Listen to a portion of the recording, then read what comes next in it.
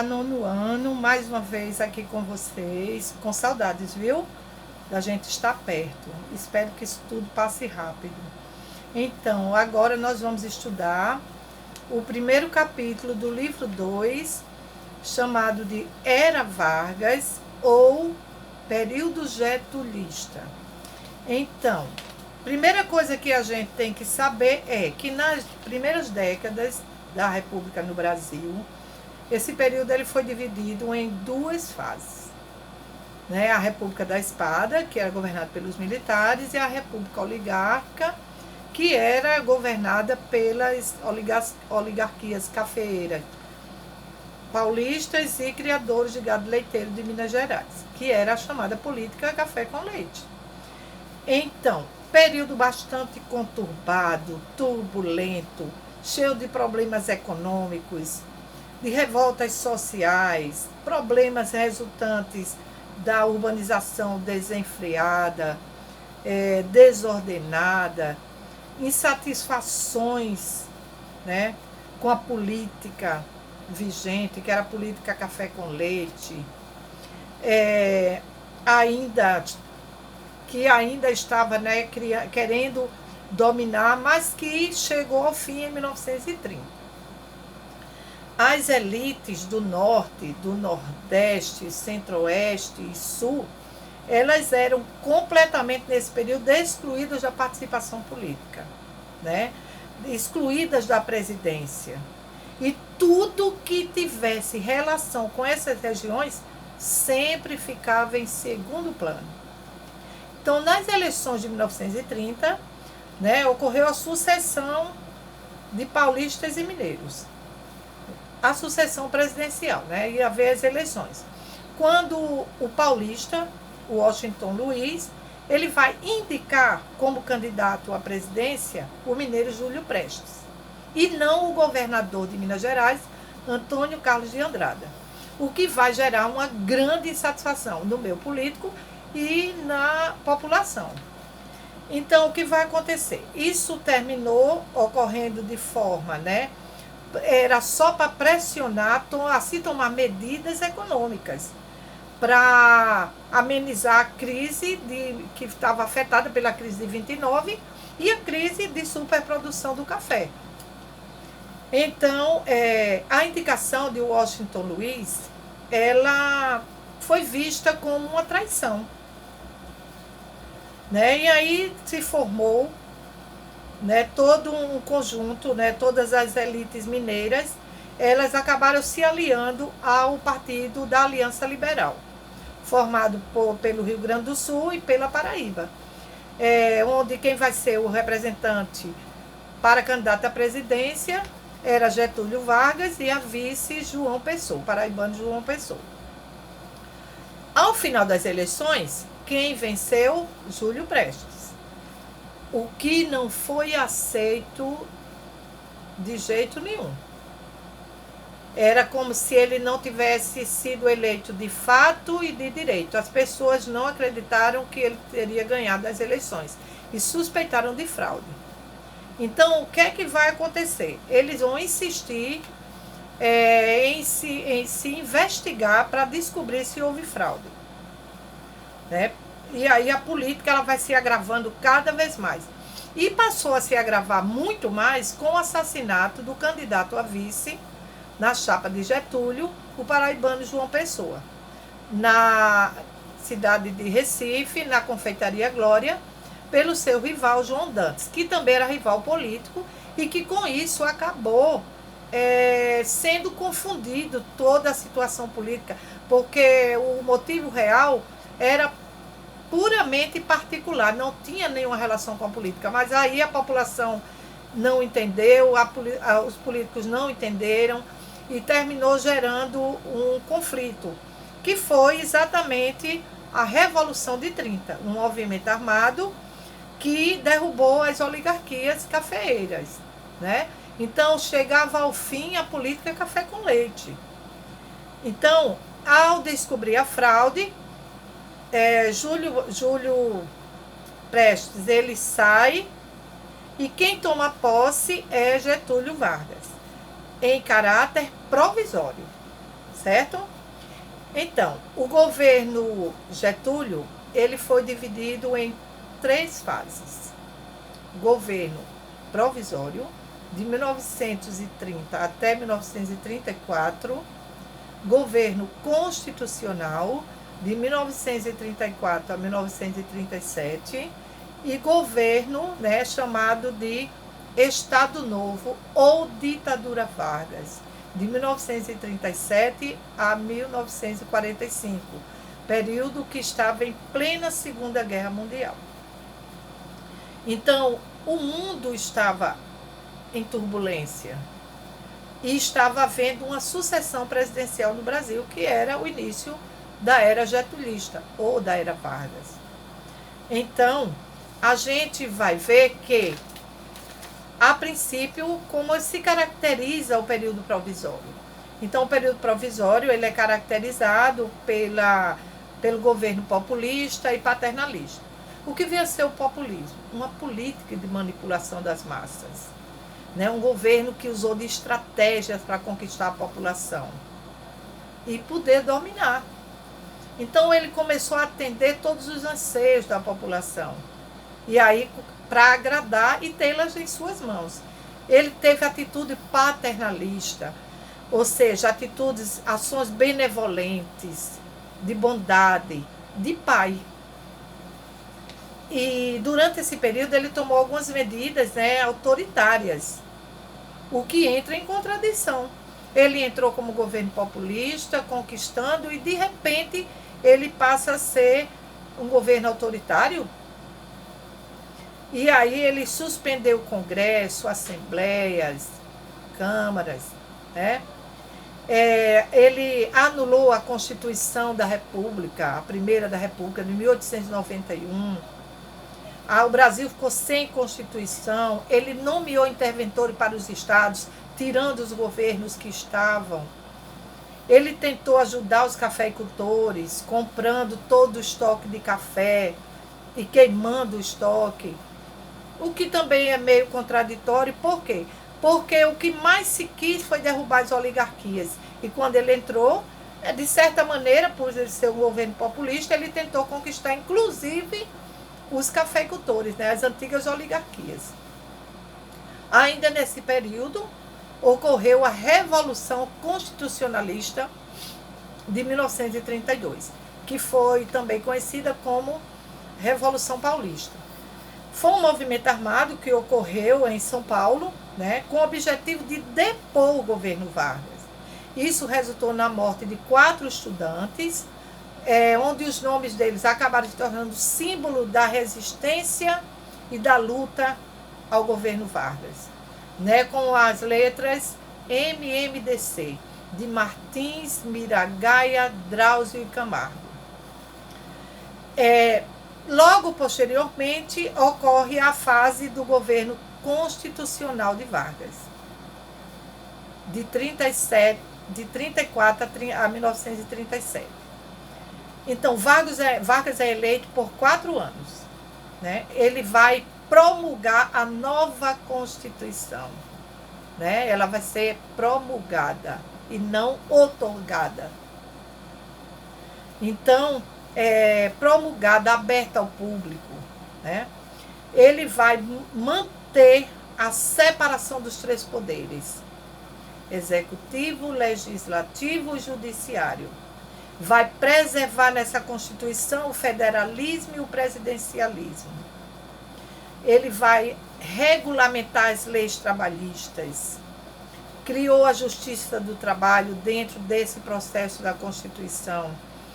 Foi incluído, a partir de agora, não mais o voto aberto, mas o voto secreto para maiores de 18 anos, diferente lá do início da República. Durante ainda essa fase do governo constitucional, ocorreu o Plano Cohen, né, que foi uma farsa criada pelos seguidores de Vargas, como uma maneira de sujar, de envolver o nome das classes trabalhadoras, dos partidos de oposição, divulgando a ideia de que eles iriam tomar o poder, de que os comunistas iriam tomar o poder, e causar uma desordem, um caos no Brasil, o que não era verdade. Era só uma forma de dominarem cada vez mais. Né? Ocorreu ainda a intentona comunista. O que significa intentona comunista? Atitude insensata. Né? Que foi um movimento que tinha também como objetivo derrubar o governo Vargas, tirar Vargas do poder. A última fase do governo Vargas a gente chama de Estado Novo ou ditadura Vargas, que vai de 1937 até 1945, plena Segunda Guerra Mundial. Então, quais as características desse período? Primeira característica, né? Ele vai exatamente promulgar a nova Constituição, a Constituição de 1937, que vai ser a 4ª Constituição do país. Ela vai se espelhar, ela vai ter como modelo a Constituição da Polônia. Por isso ela vai ser rotulada de Constituição Polaca. Né? O poder vai ficar altamente forte e centralizado nas mãos do Executivo, ou seja, nas mãos de Vargas, nas mãos do presidente. Né? Ele extinguiu, diante dessa Constituição, os partidos. Né? Ele nomeou interventores para os estados, tirando os governos dos estados e colocando aqueles que ele queria fazer o que ele quisesse, que eram inclusive militares. Durante essa fase, ele também foi chamado de pai dos pobres. Vargas também ainda nessa fase, né? Nessa fase principalmente, ele vai ser um governo altamente autoritário. Altamente autoritário. Ele vai perseguir todos aqueles que ele chama de comunista, né? Que não aderem às suas ideias governamentais, às suas ideias políticas. Né? Ele criou, inclusive, nesse período, a Hora do Brasil, que nos dias de hoje a gente chama de a Voz do Brasil.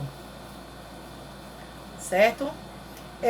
Durante essa época, o governo Vargas, a gente vai ver que essa Voz do Brasil, que hoje ainda permanece nos rádios, que começa às 19 horas, né, às 7 da noite, vai até às 20, às 8 da noite, como um instrumento de propaganda do governo. Né? Então, exaltando a imagem do governo, sempre uma imagem positiva. Né? E obrigada, é claro. Né? E ai de quem dissesse o contrário. Se eu estou mostrando que no Estado Novo ele passou a ser um governo autoritário, ditador e tirano, é evidente que ele vai cercear liberdades individuais. Ele vai perseguir, ele vai caçar mandatos, ele vai caçar partidos. Né? Então vai se tornar exatamente o que eu chamei de uma ditadura, a ditadura Vargas. Então, inclusive, houve um período em que houve uma divisão entre os integralistas, né, representados pela sigla A e B, e os aliancistas, representados pela sigla ANL. Então, os integralistas, A e B, Ação Integralista Brasileira, ela foi criada em 1932, o líder Plínio Salgado, né? Então, inspiração fascista, pregava-se o corporativismo, o anticomunismo, o antiliberalismo, o nacionalismo exacerbado, exagerado, né? Eles vão exatamente ordenar a sociedade, eles vão criar a ditadura, exatamente. Eles eram seguidos pelas classes médias urbanas, por parte das Forças Armadas, né, pelas classes dominantes, né, do lado capitalista, certo? Todos os membros eram alinhados ao governo Vargas, né? Então, eles viam o autoritarismo, o totalitarismo, as ideias nazistas de forma positiva. Por outro lado, havia a ANL, a Aliança Nacional Libertadora, ou os aliancistas, criado em 1935, né? Então, eles eram de inspiração comunista, né? Eles eram formados por intelectuais e membros do exército também, a parte insatisfeita, né? Porque o do outro lado também tinha. Havia alinhamento por parte do movimento com alguns tenentes do lado do governo Vargas, que não eram satisfeitos com as suas ações. Foram liderados por Luiz Carlos Prestes, né? Defendiam medidas como a reforma agrária, ampliação das liberdades políticas, nacionalização da empresa, de empresas estrangeiras, ok? Então, aí o que é que a gente vai perceber? Que ainda temos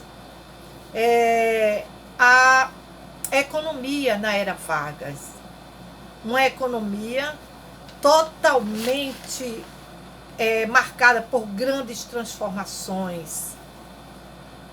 Mas aí a gente também vai ter o café ainda como principal produto de exportação, né, estando em primeiro lugar. Mas a gente também vai ver a economia marcada por uma agricultura diversificada, onde vão surgir novos produtos para ampliar essa economia, como o algodão e o açúcar, né? Uma produção para o mercado interno, para a melhoria das condições econômicas do Brasil, né? Através da diversificação dela.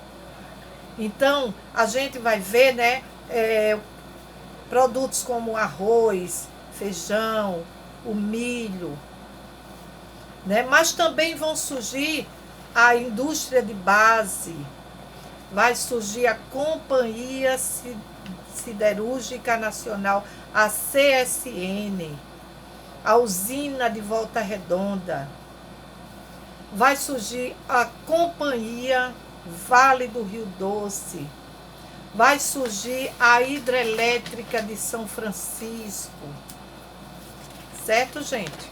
Aí, em torno disso, ainda vamos ter totalmente, né, a Fábrica Nacional de Motores, a FNM. Temos, assim, além da que eu já citei, a Hidrelétrica do São Francisco, há também hidrelétrica, a usina de Paulo Afonso, né, que é associada, claro. A união de todas as jazidas de petróleo passou a se nacionalizar, o refino, né, foi proibido aos estrangeiros. Então vai surgir exatamente uma política nacionalista, né, com o tema o petróleo é nosso, né? Proibido totalmente estrangeiros refinar, né, extrair o petróleo. Vai surgir também metalúrgicas, exploração das riquezas do subsolo. Tudo isso marcando a fase econômica da era Vargas, tá? É muito interessante quando a gente falou também em outros sistemas que estão dentro da implementação econômica, que é a relação entre patrões e empregados, através das leis trabalhistas que ele criou, como a CLT, a consolidação das leis trabalhistas, né? Que era inspirada na Carta del Lavoro da Itália, a Carta do Povo, né?